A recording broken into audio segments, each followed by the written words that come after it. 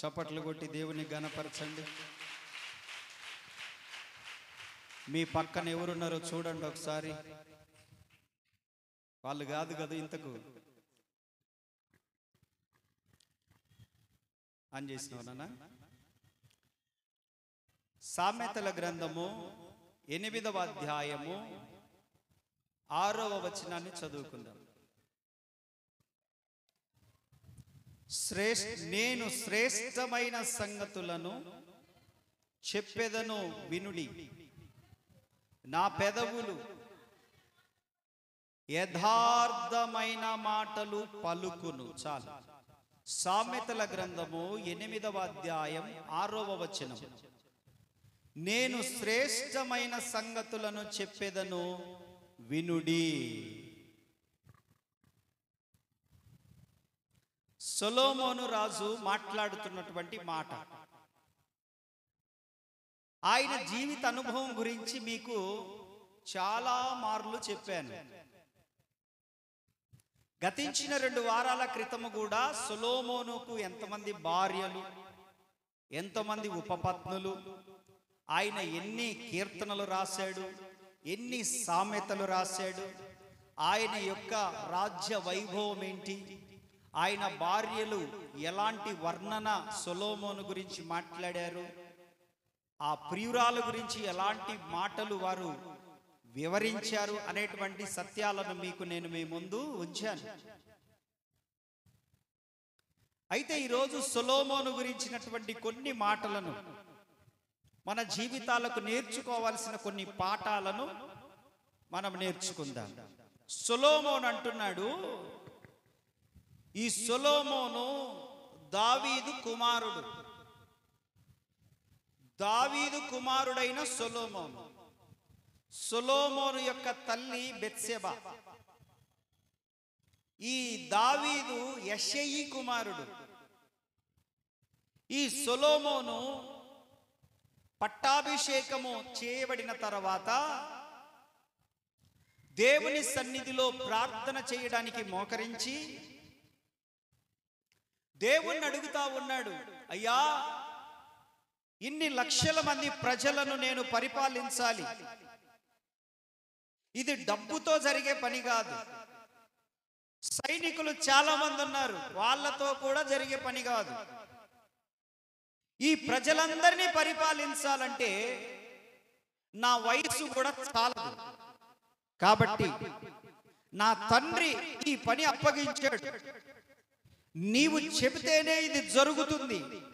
కనుక ఈ ప్రజలను పరిపాలించుటకు నాకు కావలసినంత జ్ఞానమును దయచేయని రాత్రంతా మోకాళ్ళ మీద పడి ఏడ్చి ప్రార్థన చేసి ఆ రాజ్యాన్ని పరిపాలించిన పిదప ఆ ప్రార్థనలో దేవుడు మాట్లాడుతూ వచ్చాడు, సొలొమోనా, నీవు రాజ్యమునైనను బంగారమునైనను వెలగల వస్త్రములనైనను ధనమునైనను పేరు ప్రఖ్యాతలైనను కీర్తి ఘనతలైనను నీవు ఆశించక నువ్వు ఏం ఆశించావంటే జ్ఞానమును ఆశించావు గనక నేను నీకు లోకములో ఉండు మనుషులందరికంటే నీ ముందు తరములో వారు గాని నీ తర్వాత తరములో పుట్టబోవారు గాని ఎవరూ పొందుకోలేనంత జ్ఞానమును నీకిస్తున్నాను అని చెప్పి దేవుడు ప్రపంచములోనే ఇంతవరకు కూడా సొలొమోనుకున్నంత జ్ఞానము ఎవరికీ లేనంతగా సొలొమోనుకు జ్ఞానమునిచ్చాడు. ఆ జ్ఞానముతో పాటు దేవుడు సకల ఐశ్వర్యాలు సొలొమోనుకి ఇచ్చాడు. అయితే అతను అంటున్నాడు ఈ రోజున, ఏమంటున్నాడంటే, ఇదిగిదిగిదిగిదిగిదిగో నా ఎదురుగా అంతఃపురములో కూర్చున్న వారలారా, నా సింహాసనము ఎదురుగా ఇరువైపులా ఉన్న జ్ఞానులారా, పండితులారా, సైనికులారా, గొప్ప గొప్ప వారందరూ ఉన్నారు కదా, ఇదిగో మీరందరూ ఇలా రండి. ఇలా రా. ఏంటి అనంటే, నేను శ్రేష్టమైన సంగతులను మీకు చెప్పాలనుకుంటున్నాను అన్నాడు. దేవునికి స్తోత్రం. ఏ సంగతులంట? మనం వినాల్సింది ఏ సంగతులు? అది శ్రేష్టమైన సంగతులు. చెప్పండి, ఏ సంగతులు చెప్పాలి? అందరూ చెప్పండి, ఏ సంగతులు వినాలి మనము? శ్రేష్టమైన సంగతులను మీకు తెలియచేసేదను, వినుడి అని మాట్లాడుతూ ఉన్నాడు. దేవునికి స్తోత్ర. భూమి మీద శ్రేష్టమైనవి ఏంటివి? భూమి మీద మీరు అనుకుంటారు బంగారం శ్రేష్టమైనది, ముత్యాలు, డైమండ్స్ శ్రేష్టమైనవి, ఇంకా రకరకాలైనటువంటి వస్తువులు శ్రేష్టమైనవి అనుకుంటారు. మన దేశము కంటే అమెరికా దేశము శ్రేష్టమైనది అనుకుంటారు. మనకంటే అవతల బాగా షూటు బూట్ వేసుకొని మంచి బెంజి కారులో తిరిగే వాళ్ళు శ్రేష్టమైన వారు అనుకుంటారు. కాదు కాదు కాదు కాదు కాదు. భూమి మీద ఏమిటిది శ్రేష్టమైనది? 8వ అధ్యాయం 16వ వచనంలో అక్కడనే చదవండి. 8వ అధ్యాయం 16వ వచనం చదవండి అక్కడనే.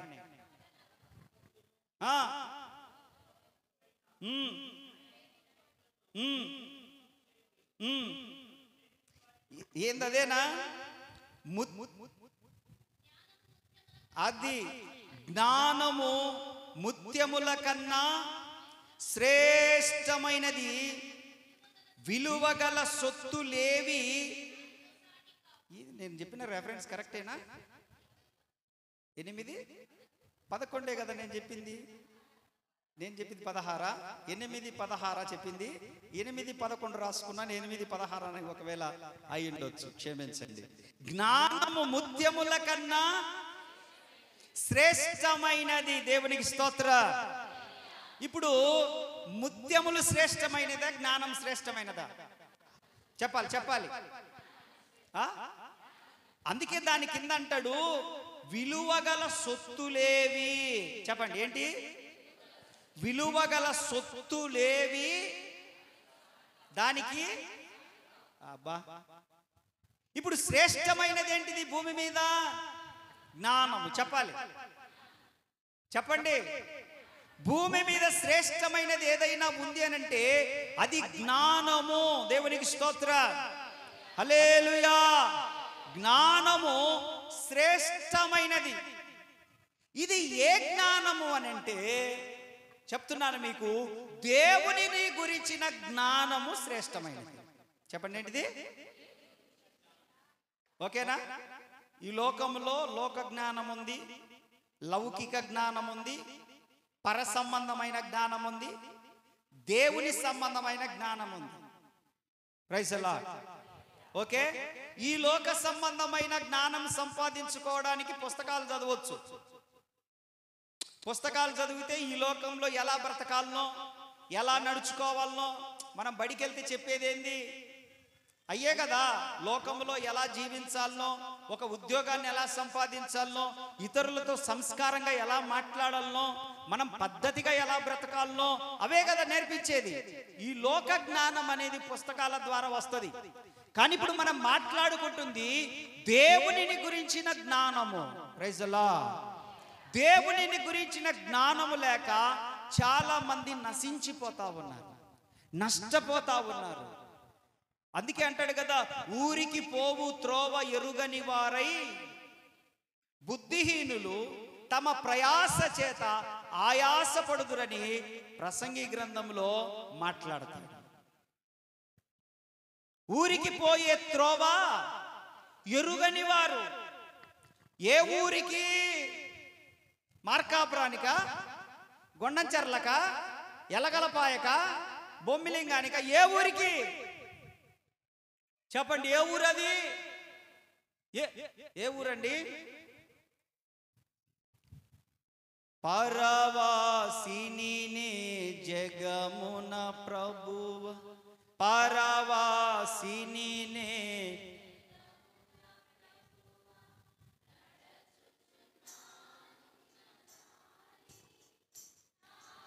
స్టైల్గా పాడకుండా మామూలుగా పాడండి. నా గురి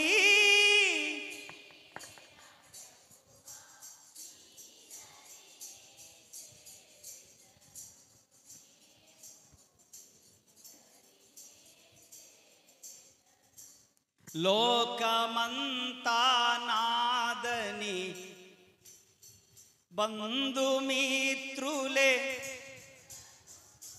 అంతయు మోస. పాపం మీకు రావు, అంత డీజే అన్నమాట. ఈ పాటలు కదా మీకు వచ్చేది. మీకు ఈ పాటలు ఆడొస్తాయి, పాత పాటలు డీజే ఇయ్యా వచ్చేది మీకు. రావా ఈ పాటలు? ఎంత చక్కని అర్థంతో కూడిన పాటలు ఇవి. స్తోత్రం చెప్పండి. పరవాసినినే పరవాసినినే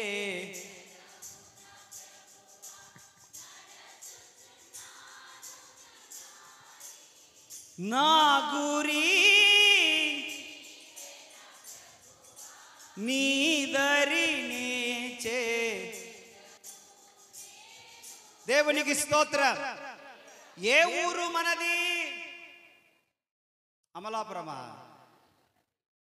బొంబాయి? ఏంటిది? ఏ ఊరు మీది? జమ్మనపల్లె కాదయా నేను అడిగేది.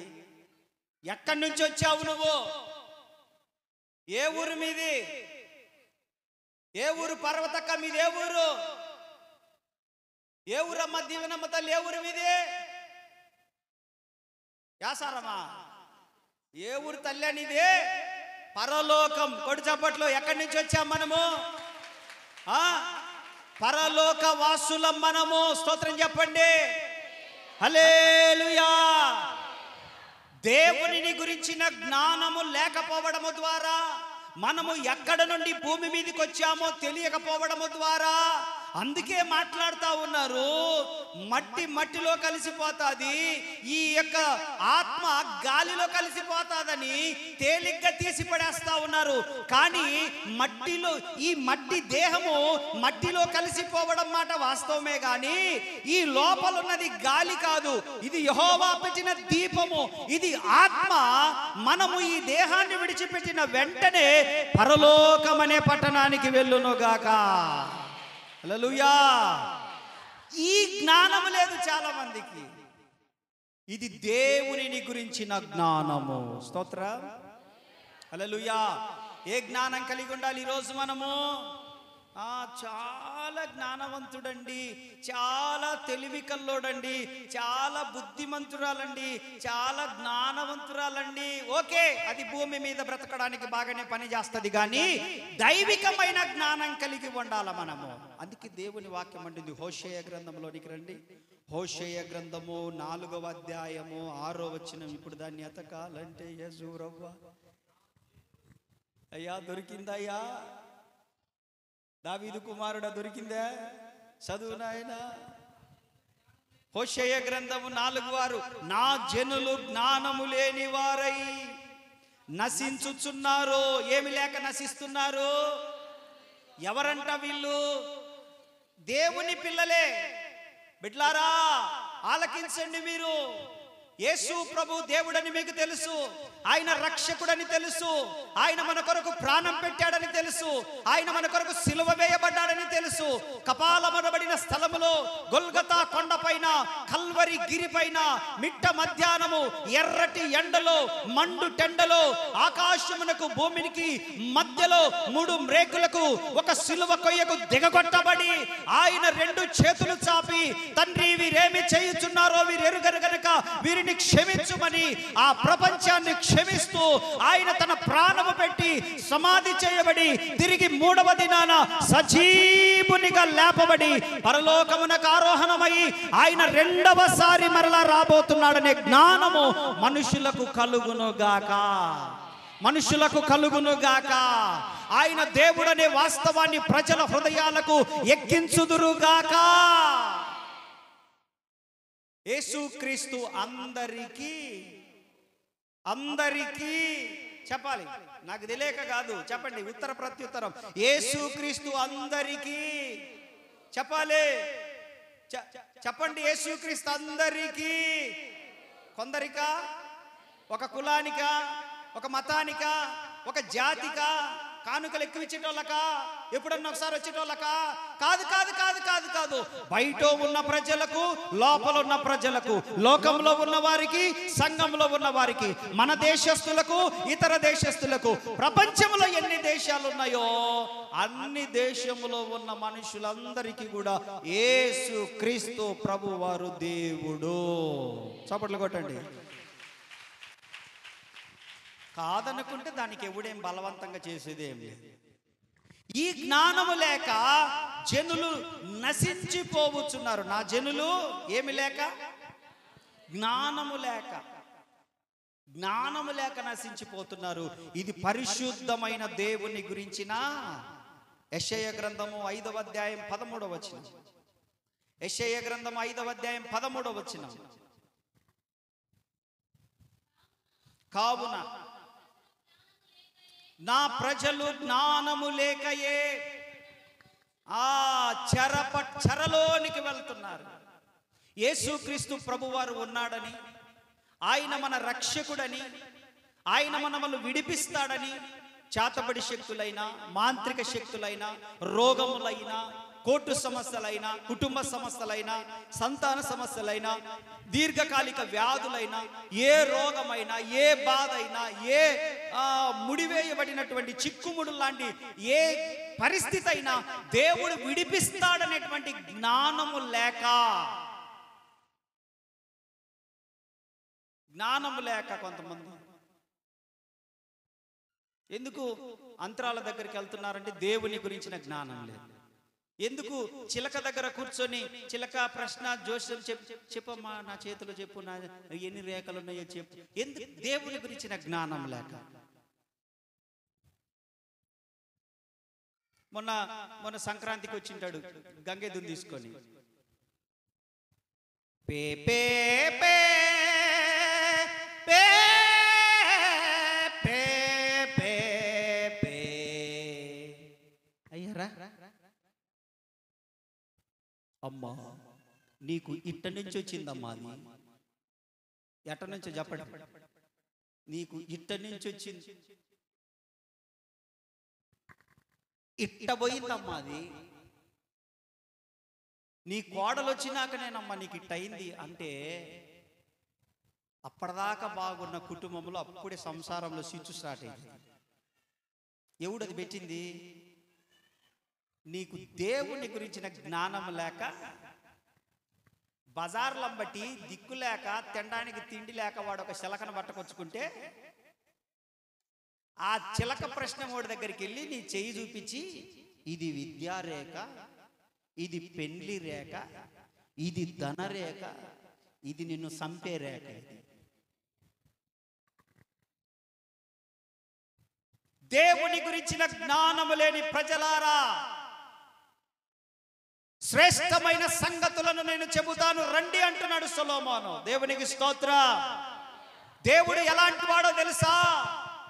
చిలకతోటి చెప్పించేవాడు కాదు, గంగిరెద్దులను తీసుకొని వచ్చి చెప్పించేవాడు కాదు, కాటి పాపడలతోటి చెప్పించేవాడు కాదు. దేవుడు ఎలాంటి వాడంటే, బైబిల్లో నుంచి ప్రార్థన చేస్తే శ్రేష్టమైన సంగతులను ప్రార్థనలోనే మీకు బయలుపరచువాడు ఆయన. ఆయన మీకు వాక్యము ద్వారా మాట్లాడువాడు ఆయన. మీ ప్రార్థన ఆలకించి దానికి ప్రతిఫలం ఇచ్చువాడు ఆయన. కఠినమైన పరిస్థితులను కూడా తప్పించేవాడు ఆయన. చిక్కుముడులను కొట్టివేసేవాడు ఆయన. ప్రతికూలమైన పరిస్థితులన్నిటిలో నుండి కూడా నిన్ను విడిపించి సమాధానము కలగ చేయువాడు ఆయన. ఇది దేవుని గురించిన జ్ఞానవంతులు చేసే లక్షణం ఇది. ఆమేన్, ఆమేన్, ఆమేన్. ఇందాక ఒక తల్లి గారు నాకు చెప్తా ఉన్నారు, ప్రార్థన చేస్తుంటే, అన్నా మా ఆయన పచ్చి తాగుబోతాడు కదా, నేను చాలా దూరం తీసుకెళ్ళి ఆయనకు ఆ మందు దాపినా ఈ మందు దాపినా ఇక ఆయన వారం నుంచి తాగట్లేదన్న, ఇంకొక వారంలో తాగుతాడు. చూడు నేను చెప్తులే, నువ్వు రామేశ్వరం తీసుకపోయినా శనీశ్వరం పడుతుంది. ఎందుకంటే గోషిలో ఏముంది? నీ గోషిలో రాయిది ముందు, గోషిలో రాయి పెట్టుకొని నా శని పోవాలంటే ఎట్టా? స్తోత్రం చెప్పండి. హల్లెలూయా, హల్లెలూయా. ఇప్పుడు సినిమా హాల్లో కూర్చొని ప్రభు నేను సినిమా చూడకూడదు, ప్రభు నేను సినిమా చూడకూడదు, ప్రభు నేను సినిమా చూడకూడదు, చూసిన అయితే నీదే ప్రభు, తప్పు నాది కాదు అంటే అటుంటది. దేవుని గురించిన జ్ఞానము కలిగి ఉండండి. దేవుడు అంటా ఉన్నాడు, ప్రయాసపడి భారము మోసుకొస్తున్న సమస్త జనులారా నా యొద్దకు రండి అన్నాడు. ఎక్కడికి? నా యొద్దకు రండి. దేవునికి స్తోత్ర. నా యొద్దకు వస్తే మీకు విశ్రాంతిని కలగజేస్తాను. ఈ జ్ఞానము చాలా ప్రాముఖ్యమైనది. దేవునికి స్తోత్రం. హల్లెలూయా. వాక్యం చదవండి ఒక మాట. 22వ అధ్యాయము సామెతల గ్రంథం 3వ వచనం చదవండి. 22:3 బుద్ధిమంతుడు అపాయం వచ్చుట చూచి దాగుకుంటాడు, జ్ఞానము లేనివాడు యోచింపక ఆపదల్లో పడతాడు. జ్ఞానము లేనివాడు ఏం చేస్తాడు? యోచింపక ఆపదలో పడతాడు. కానీ బుద్ధిమంతుడైతే అపాయం వచ్చినప్పుడు దాక్కోవాల్సిన సమయంలో దాక్కోవాలండి, పారిపోవాల్సిన సమయంలో పారిపోవాలండి, మరుగై ఉండాల్సిన సమయంలో మరుగై ఉండాలండి, సహనం కలిగి ఉండాల్సిన సమయంలో సహనం కలిగి ఉండాలండి. అన్ని సమస్యలకు ఒకే చిట్కా వేస్తే పరిష్కారం జరగదు. ఆమేన్. అందుకే బుద్ధిమంతుడు అపాయం వచ్చుట చూచి దాగుకుంటాడు, జ్ఞానము లేనివాడు యోచింపక. ఇప్పుడు ఏం కావాలి మనకు? చెప్పండి, ఏం కావాలి మనకు? జ్ఞానం. యోచింపక ఆపదలో పడును అంటే దాని అర్థం ఏంటనంటే రాబోతున్నటువంటి ఉగ్రతను తప్పించుకోవాలి మనము. పాతాళము అపరిమితముగా నోరు తెరుచుకొని ఉంది. ఎవరిని మృంగుదునా అని గర్జించు సింహం వలె సాతానుడు తిరుగుతా ఉన్నాడు. రోజు మీ ఇంటికి వస్తాడు వాడు, మీకు కనపడడు బాహ్యంగా. రోజు మీ ఇంటికి వస్తాడు, మీరు ప్రార్థన చేసుకుంటున్నారా లేదా చూస్తాడు. ప్రార్థన చేసుకోలేదనుకో ఇక స్టార్ట్ చేస్తాడు. వాడు గర్జించే సింహము, గర్జించే సింహం అది. ఆ గర్జన మనకు ప్రారంభంలో అర్థం కాదు, వినపడదు. కానీ మన కుటుంబంలో శోధన వచ్చినప్పుడు తెలుస్తుంది, ఆల్రెడీ వాడు దాడి చేశాడని. కష్టం వచ్చినప్పుడు తెలుస్తుంది, అమ్మో వాడు ప్రవేశించాడు అని. ఇబ్బంది పడుతున్నప్పుడు అర్థమవుతుంది, అమ్మో నేను మేలుకొని ఉండలేకపోతున్నా అని చెప్పి. యోచించండి, ఆపద నుండి తప్పించుకోండి. యేసుక్రీస్తు ప్రభు వారి రాకడ వచ్చిన తర్వాత, ఆ మధ్యాకాశమునకు ప్రభు వచ్చిన తర్వాత, పరిశుద్ధులందరూ ఎత్తబడిన తర్వాత, సార్వత్రిక సంఘం ఎత్తబడిన తర్వాత, మిగతా వారందరూ కూడా ఈ భూమి మీద 7 ఏళ్ళు శ్రమలు అనుభవించాలి. 7 ఏళ్ళు భయంకరమైన శ్రమలు. అవి ఒక్క పాటలో రాసేసాడు ఒక భక్తుడు. మన క్రైస్తవ ప్రపంచాన్ని కుదిపేసినటువంటి ఒక పాట ఉంది. ఒక్క పాటలో ఆ మాటలన్నీ రాశాడు. అదే అదే ఆ రోజు, యేసయ్య ఉగ్రత రోజు, 7 ఏళ్ల శ్రమల రోజు, పాపులంతా ఏడ్చే రోజు. అదే అదే ఆ రోజు, సూర్యుడు నలుపై రోజు, చంద్రుడు ఎరుపై రోజు, సూర్యుడు నలుపై రోజు,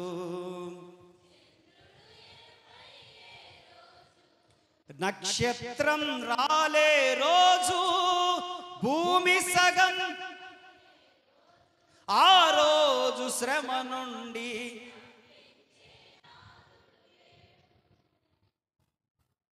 అర్థమవుతుందా? ఆ రోజును తప్పించుకోవాలనంటే, ఓ మనిషి యోచింపవా, నీ బ్రతుకు ఎలాగున్నదో. ఓ మనిషి యోచింపవా, నీ బ్రతుకు ఎలాగున్నదో. ధనము చూసి బలము చూసి భంగపడకుమా, ఆ రోజు శ్రమ నుండి. దాంట్లో చాలా వచనాలు ఉన్నాయి, అవన్నీ కూడా ఆపదకు సంబంధించినవి. ప్రభు అంటున్నాడు, ఈ భూమి మీద మీరు పరిశుద్ధ దేవుని గురించిన జ్ఞానము కలిగి మారు మనసు పొంది బాప్తిస్మం తీసుకొని దేవుని భయము కలిగి ఉంటే మీరు జ్ఞానవంతులు అవుతారు, ఆపదలో నుండి తప్పించబడతారు. ఇది పరిశుద్ధ దేవుని గురించిన జ్ఞానము. ఇది మీకు ఆశామాష కనబడుతుంది కొంతమందికి, తమాషా కనబడుతుంది కొంతమందికి. ఎలా అయిపోయారంటే తినుము, తాగుము, సుఖించుము, ఎంజాయ్. ఒకరోజు తీర్పు దినం ఉంది. ఆ తీర్పు సమయమును నువ్వు తప్పించుకోలేవు, జాగ్రత్త. ఇప్పుడు నీకున్న స్వేచ్ఛను దుర్వినియోగం చేసుకుంటే ఒక రోజున నువ్వు తప్పించుకోలేవు. సొలొమోనంతటి వాడే తప్పించుకోలేకపోయాడు. అందుకే ఒక మాట అంటున్నాడు, రండి అక్కడనే రండి, 30వ అధ్యాయంలో 3వ వచనం చదవండి. సామెతల్లోనే ఉండండి, 30వ అధ్యాయం 3వ వచనం చదవండి. నేను జ్ఞానాభ్యాసము చేసుకున్నవాడను కాను, అది పరిశుద్ధ దేవుని గురించిన జ్ఞానము పొందలేదు. కానీ ఇప్పుడు నేనేం చెప్తున్నా, పరిశుద్ధ దేవుని గురించిన జ్ఞానము పొందండి అని చెప్తున్నా. దేవునికి స్తోత్రం. నేనేం చెప్తున్నాను? ఇప్పుడు మీకు ఎక్కదిది?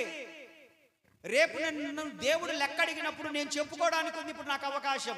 అరే నువ్వు చెప్పావా నా గురించి? అయ్యా నేను చెప్పానయ్యా, పరిశుద్ధ దేవుని గురించిన జ్ఞానం కలిగి ఉండమని చెప్పానయ్యా నేను అని నేను చెప్పుకోవడానికి ఉంది.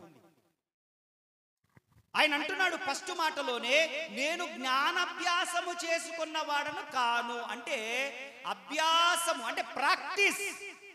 ఏంటి? జ్ఞానమును గురించి ఏం చేయాలి మనము? ప్రాక్టీస్. దేవునికి స్తోత్ర, హల్లెలూయా.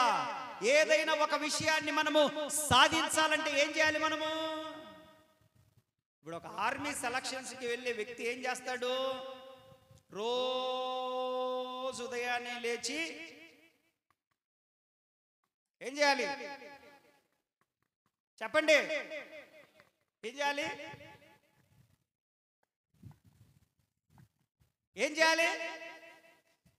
ప్రాక్టీస్ చేయాలనా లేదా? పరిశుద్ధ దేవుని గురించినటువంటి విషయంలో కూడా మనము భక్తిని ప్రతిరోజు ప్రాక్టీస్ చేయాలి. దేవునికి స్తోత్ర, హల్లెలూయా, హల్లెలూయా. చాలా జాగ్రత్తగా గమనించాలి. ఏదైనా ప్రాక్టీస్ ద్వారా, ఇప్పుడు సొలొమోను దారుణంగా అంత పరిశుద్ధుడు, అంత జ్ఞానవంతుడు, పడిపోయి నలిగిపోయి విగ్రహారాధికుడు అయిపోయి ఏడుస్తున్నాడు. ఇప్పుడు సొలొమోను జ్ఞానవంతుడే, కానీ పరిశుద్ధ దేవుని గురించిన జ్ఞానం లేదు. అందుకే విగ్రహాల జోలికి వెళ్ళాడు. ఎంతమంది భార్యలని చెప్పాను? 700 మంది భార్యలు. చెప్పండి. 300 మంది. మొత్తం ఎంతమంది? అబ్బా అబ్బా అబ్బబ్బా. వాళ్ళందరూ కలిసి ఏం చేశారంటే అయ్యగారిని ముంచారు. వాళ్ళు కూడా ఆయనకు బాప్తిస్మం ఇచ్చారు. నీళ్ళల్లో ముంచి, రే సొలొమోనా ఆ విగ్రహానికి దండం పెట్టు, అది తీసుకో టెంకాయ, దానికి కొట్టు, దానికి స్తోత్రం చెప్పు, దానికి చెప్పు పూజ, దానికి చెయ్యి అని చెప్పేసి పరిశుద్ధమైన దేవుని మీద ఉన్నటువంటి మనసును ఇప్పుడు ఎటు మళ్ళించారు? వాళ్ళు విగ్రహాల వైపు మళ్ళించారు. అందుకంటున్నాడు, నేను పరిశుద్ధమైన దేవుని గురించిన జ్ఞానము నాకు లేకపోయింది. ఎందుకో తెలుసా? నేను జ్ఞానాభ్యాసము చేయలేదు నేను అని అన్నాడు. అంటే పరిశుద్ధమైన దేవుని గురించిన జ్ఞానము ప్రతిరోజు మనము భయము కలిగి ఉన్నట్లయితే మనము ఆ పాపము నుండి తప్పించబడతాము. ఆమేన్, ఆమేన్. కాబట్టి పరిశుద్ధమైన దేవుని గురించిన జ్ఞానం విషయంలో అనుదినము అభ్యాసము చేసుకున్న వారు నిలబడి ఉందురుగాక. ఓకే, దేవుని జ్ఞానం ఎలా వస్తుంది? ఈరోజు ఆ జ్ఞానం రావాలంటే మనం ఏం చేయాలి? సామెతల గ్రంథం 1వ అధ్యాయం 5వ వచనం. సామెతలు 1:5. జ్ఞానము గలవాడు విని పాండిత్యము వినుట. చెప్పండి, జ్ఞానం రావాలంటే ఏం చేయాలి? మొట్టమొదటిగా, హలో నా వైపు చూడండి, ఎరకున్నోళ్ళు, జ్ఞానము పొందాలంటే మొట్టమొదటిగా మనం చేయాల్సింది ఏంటంటే వినాలి. దేవునికి స్తోత్ర. ఏం వినాలి మనము? రోమీలకు రాసిన పత్రిక 10వ అధ్యాయం 17వ వచనం. ఏం వినాలి?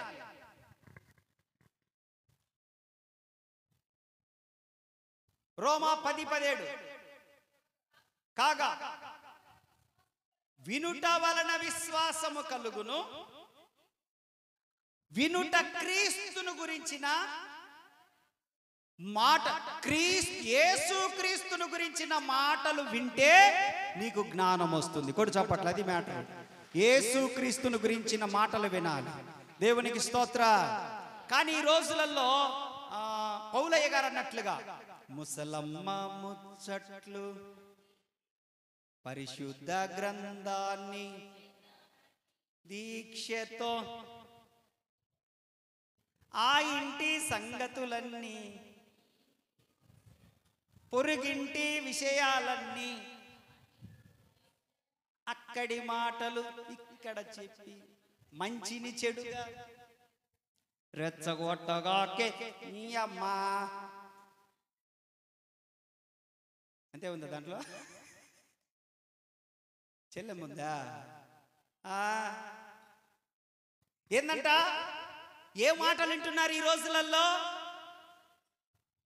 కుటుంబాలను పాడు చేసుకునే మాటలు వింటా ఉన్నారు, కుటుంబాలను విడదీసుకునే మాటలు వింటా ఉన్నారు, ఆధ్యాత్మిక జీవితాలను పాడు చేసుకునే మాటలు వింటా ఉన్నారు.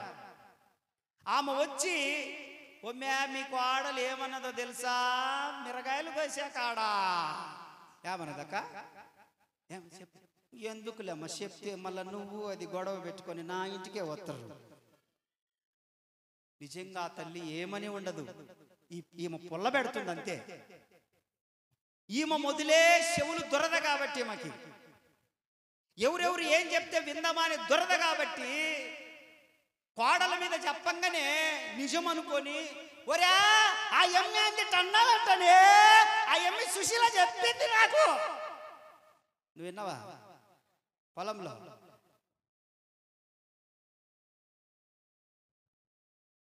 ఈ మాటలన్నీ వినడం వల్ల కుటుంబాలు ఏమైతున్నాయి? ఏమైతున్నాయి? చెప్పుడు మాటల వలన కుటుంబాలు పాడైపోతా ఉన్నాయి. కాబట్టి చాలా జాగ్రత్త గమనించాలి. ఎవరైనా చెప్పిన వెంటనే, ఒక పద్యం కూడా ఉంది కదయా, ఏదో ఒక పద్యము, వినినంటనే వేగిరపడక వివరింపదగునని ఉంది కదా. మీరేం టీచర్లయా మీరు? వినదగునెవ్వరు చెప్పిన వినినంతనే వేగిరపడక, అది నువ్వు టీచర్ వేలే. కనికల్ల నిజము తెలిపిన వాడే నీతిపరుడు. దేవునికి స్తోత్రం. హల్లెలూయా. అంటే ఎవరైనా ఏదైనా చెప్తే వెంటనే విని నిర్ణయం తీసుకోకూడదని అర్థము. ఆమేన్. హల్లెలూయా. మీ కుటుంబాలలో కూడా మీ పిల్లల మీద ఎవరైనా చెప్పినప్పుడు, లేకపోతే నీ అల్లుడి మీద, నీ కూతురు మీద, లేకపోతే నీ భర్త మీద, నీ భార్య మీద, నీ కుటుంబ సభ్యుల మీద, లేకపోతే ఎవరి మీదైనా చెప్పినప్పుడు వింటే వినండి, కానీ వెంటనే నిర్ణయం తీసుకోగాకండి, త్వరపడి నోరు జారగాకండి. ఎందుకో తెలుసా? తర్వాత దాన్ని కట్టుకోవాలంటే మనం ఇబ్బంది పడతాం. అందుకే నేను అప్పుడప్పుడు చెప్తా, ఇనుము ఇరిగనేని ఇరుమారు ముమ్మారు కాచి అతకవచ్చు క్రమముగాను, మనసు విరిగనేని ఇరుమారు ముమ్మారు మరి అతికింపరాదయ విశ్వదాభిరామ ఇసుకేసి తోమ.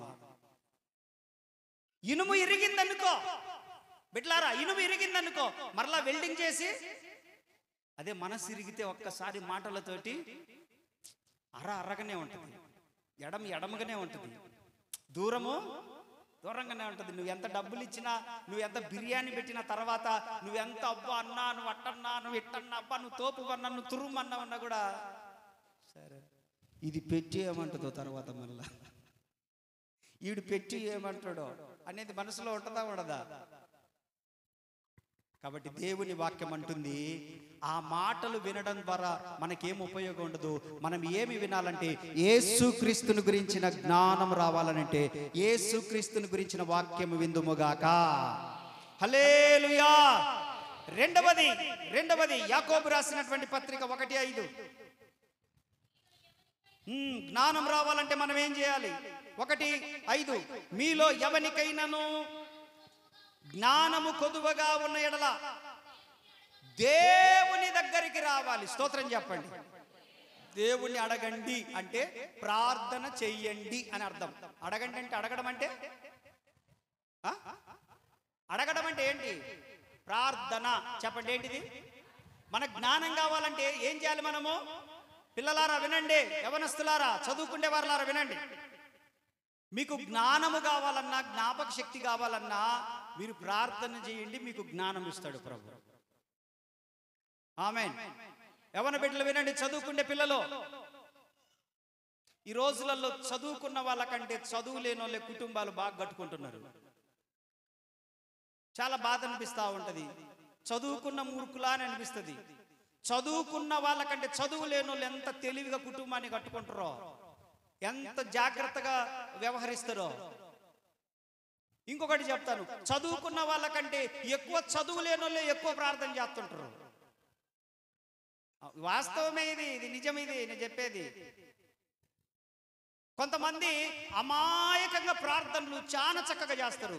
కొంతమంది జ్ఞానము, తెలివి కల్లోలు, భక్తి పరులు మరి ఓవర్ యాక్షన్ చేస్తుంటారు. పదాలు ఎత్తుక్కొని, విశ్లేషణ లేని పదాలను ఎత్తుక్కొని, కొన్ని అందమైన పదాలు ఎన్నుకొని, అడోనా స్తోత్రమయ్యా, ఓ ఎబెనెజరే స్తోత్రమయ్యా, ఓ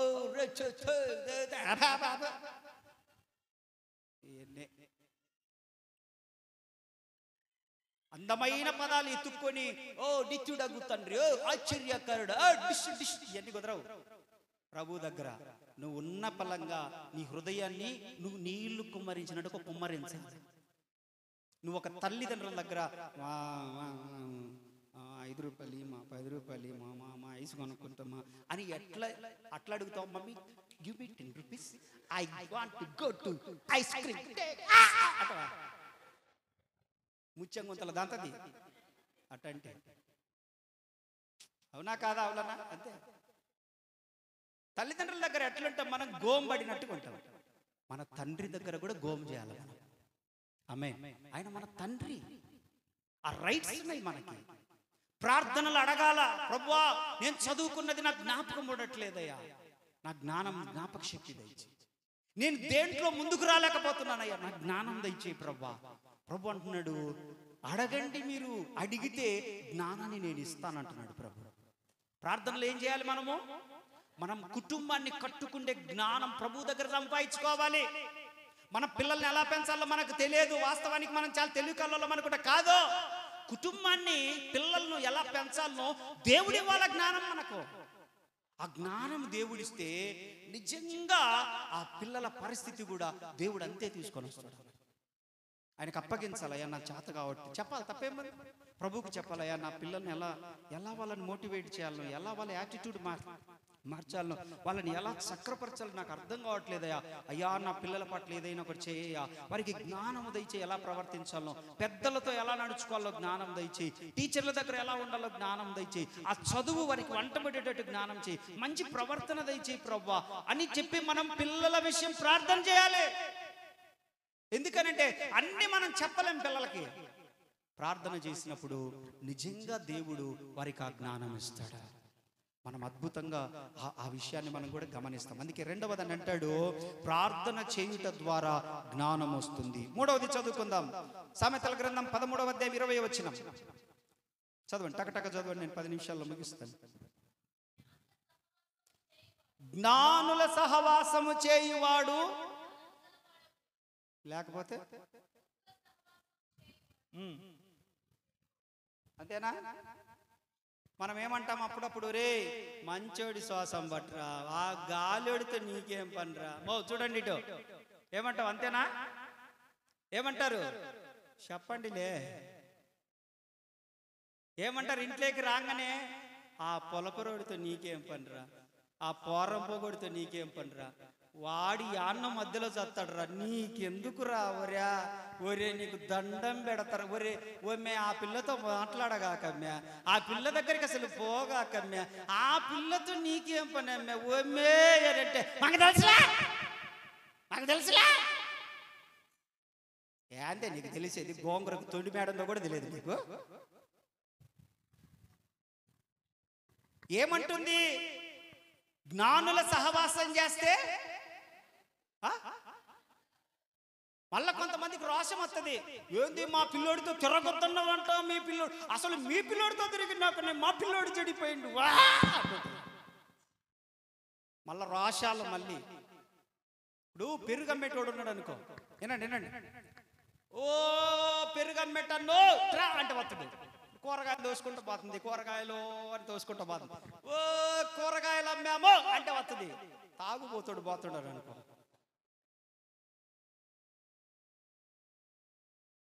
తాగుబోతాడు పోతాడు అనుకో. ఇంట్లో ఏ పని చేయక గాలి తిరిగేటోడు పోతుండ అనుకో, వాడిని ఇప్పుడు పిలవాలి, ఎట్ట పిలుతావు? వాళ్ళ అమ్మ వదిలేసింది, వాళ్ళ అయ్య వదిలేసిండ్రు, వాళ్ళ ఇంట్లో వాళ్ళు వదిలేసిండ్రు, ఈడు ఎందుకు కన్నామా అని చెప్పి బాధపడుతాడు. అట్టోడు రై రై రై రై రై అని తిరుగుతుంటాడు, కట్టికి లేస్తుంటాడు, అట్టోడు మళ్ళా బాతుంటాడు, మళ్ళా రై రై రై బాతుంటాడు. వాడిని ఏమంటారు? ఏందండి మీరు కృప పొందినోడా, పరిశుద్ధుడా ఏమంటారు అట్టని? ఇప్పుడు వాడిని పిలవాలా, ఓరే తాగుబోతాడో అన్న మనకు ఏమంటాడు? ఎక్క మామూలు కూడా ఇంకా దబిడి దిబిడే. కాబట్టి జ్ఞానుల సహవాసము చేస్తే, చదువుకునేటోళ్ళ సహవాసం చేస్తే, ప్రార్థనా పరులతో సహవాసం చేస్తే, భక్తి పరులతో సహవాసం చేస్తే, సంస్కారం కలిగిన వాళ్ళతో సహవాసం చేస్తే, కుటుంబ విలువలు తెలిసిన వాళ్ళతో సహవాసం చేస్తే అలాంటి బుద్ధులే వస్తాయి. మిగతా వాళ్ళతో సహవాసం చేస్తే అన్ని గలీజ్ బుద్ధులే.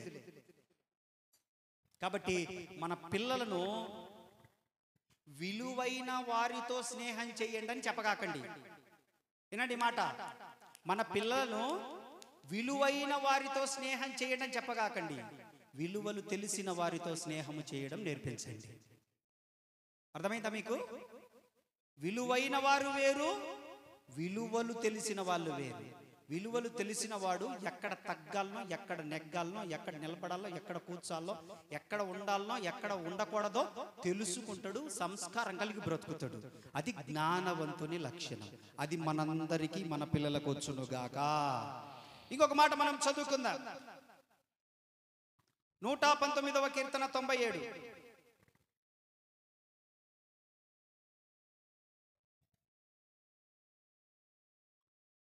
119:97.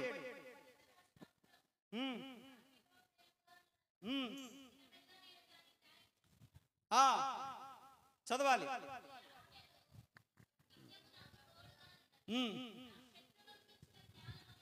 అది ఆ పాయింట్. నా శత్రువుల మించిన జ్ఞానము ఏంటిది అని అంటే దేవుని వాక్యము. చెప్పండి ఆ బైబిల్ ఆడబెట్టి చెప్పండి, దేవుని వాక్యం అని చెప్పండి. నీకు జ్ఞానం కావాలంటే, చదువుకున్న బిడ్డలకు చెప్తున్నాను, ప్రతిరోజు బైబిల్ చదవండి. నేను అదే చదివా. నాకు కనీసం ఇంత జ్ఞానం కూడా ఇదివరకు లేదు. ఇంత జ్ఞానం కూడా లేదు నాకు. 10th క్లాస్ వరకు డూడు బస్ అన్న వ్యవహారం నాదంతా. తిన్నమా, బ్యాట్ తీసుకున్నామా, క్రికెట్కు పోయినామా, వచ్చినామా, ఉంటే మళ్ళా తిన్నామా, మా అన్నోళ్ళు తిట్టినా, మా అమ్మ తిట్టినా, ఏది తిట్టినా నా పనే అంతవరకే. కానీ ఎప్పుడైతే నేను 10th క్లాస్లో మారు మనసు పొందానో, రోజు బైబిల్ చదవడం ప్రారంభించి సంవత్సరంలో ముగించేశాను. ఆ తర్వాత మరలా బైబిల్ కాలేజీలో బైబిల్ మోకాళ్ళ మీద చదివాను. సంవత్సరం అంతా మోకాళ్ళ మీద చదివిన. ప్రతిరోజు 5 అధ్యాయాలు మోకాళ్ళ మీద చదివేవాడిని నిర్ణయించుకొని, వేకుజాము లేయడం, 5 నుంచి 6 గంటల దాకా ప్రార్థన చేయడం, ఒక అరగంట సేపు మోకాళ్ళ మీదనే బైబిల్ చదవాలని డిసైడ్ అయ్యి సంవత్సరం అంతా బైబిల్ చదివి ఒకటే ఒక మాట అడిగేవాడిని, ప్రభువా నా జ్ఞానం దయచేయి, ప్రభువా నా జ్ఞానం దయచేయి, ప్రభువా నా జ్ఞానం దయచేయిన తర్వాత అప్పుడు ఆ వాక్యము ద్వారా, ప్రార్థన ద్వారా దేవుడు నాకు జ్ఞానం ఇచ్చాడు. స్తోత్రం చెప్పాలి. మీకు కూడా నేను ఇస్తున్నటువంటి సలహా ఏంటంటే, ధర్మశాస్త్రమును చదవడం ద్వారా, అంటే బైబిల్ చదవడం ద్వారా, వినడము ద్వారా, చదవడం ద్వారా, వినడము ద్వారా మీకు జ్ఞానం వస్తుంది. ఎలాంటి జ్ఞానం అంటే, సొసైటీలో మనం ఎలా బ్రతకాలో జ్ఞానం వస్తుంది. ఆమేన్, ఆమేన్. అందుకే ఎలాంటి జ్ఞానం వస్తుందంటే, శత్రువులకు మించిన జ్ఞానం. ఈ జ్ఞానము దావీదుకు రావడం ద్వారానే సౌలు చేతిలో నుంచి తప్పించుకోగలిగాడు అతను. లేకపోతే సౌలు మామూలుడు కాదు. సౌలు చేతిలో నుంచి తప్పించుకోగలడానికి గల కారణం ఏంటంటే, అతను శత్రువులకు మించిన జ్ఞానాన్ని సంపాదించాడు. కాబట్టి బిడ్లారా, ఇంకా చాలా ఉంది. ఒక అరగంట సేపు, ఇప్పుడు అరగంట సేపు నేను చెప్పండిలే, మిమ్మల్ని అర్థమైంది. తల కిందికి దించిన వాళ్ళు కూడా ఇట్లా చూస్తుంటారు. ఏందయా నువ్వు అరగంట చెప్పేటట్టు? లేదు లేదు, చాలా ఉంది, చాలా ప్రాముఖ్యమైన విషయాలు ఉన్నాయి. ఇప్పుడు చెప్పదగ్గ సమయం లేదు కాబట్టి మనము, సొలొమోను మనతో మాట్లాడుతూ ఉన్నాడు. వాడికి ఏమంత అవసరం వచ్చిందో పాపం. ఏమరా తలుపులేసి ఏం చేయాలనుకుంటున్నావు? నేను శ్రేష్టమైన సంగతులను మీకు చెప్పేదన్న రండి అన్నాడు. శ్రేష్టమైన వాటిలలో మొట్టమొదటిది ఏంటిది? జ్ఞానము సంపాదించుకోవాలి మనం. ఇది పరిశుద్ధ దేవుని గురించిన జ్ఞానం. కాబట్టి బిడ్లారా, ఆ జ్ఞానము ఎలా వస్తుందో నేర్చుకున్నాం. దేవుడటి జ్ఞానము చేత మనమును నింపి పరలోకపు పౌరులుగా చేయునుగాక. దయచేసి అందరూ ఎవరైతే బల్లలో పాలు పొందాలనుకుంటున్నారో వారు లేచి నిలబడండి. మిగతా వారు అలాగే కూర్చోనండి. కొద్ది నిమిషాలు, ఒక 10-15 నిమిషాల్లో నేను ముగిస్తాను. బల్లలో పాలు పొందాలనుకున్న వారు మాత్రం లేచి నిలబడండి.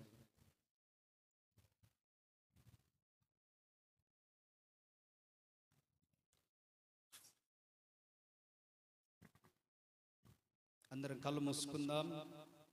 మీ పిల్లలు జాగ్రత్త.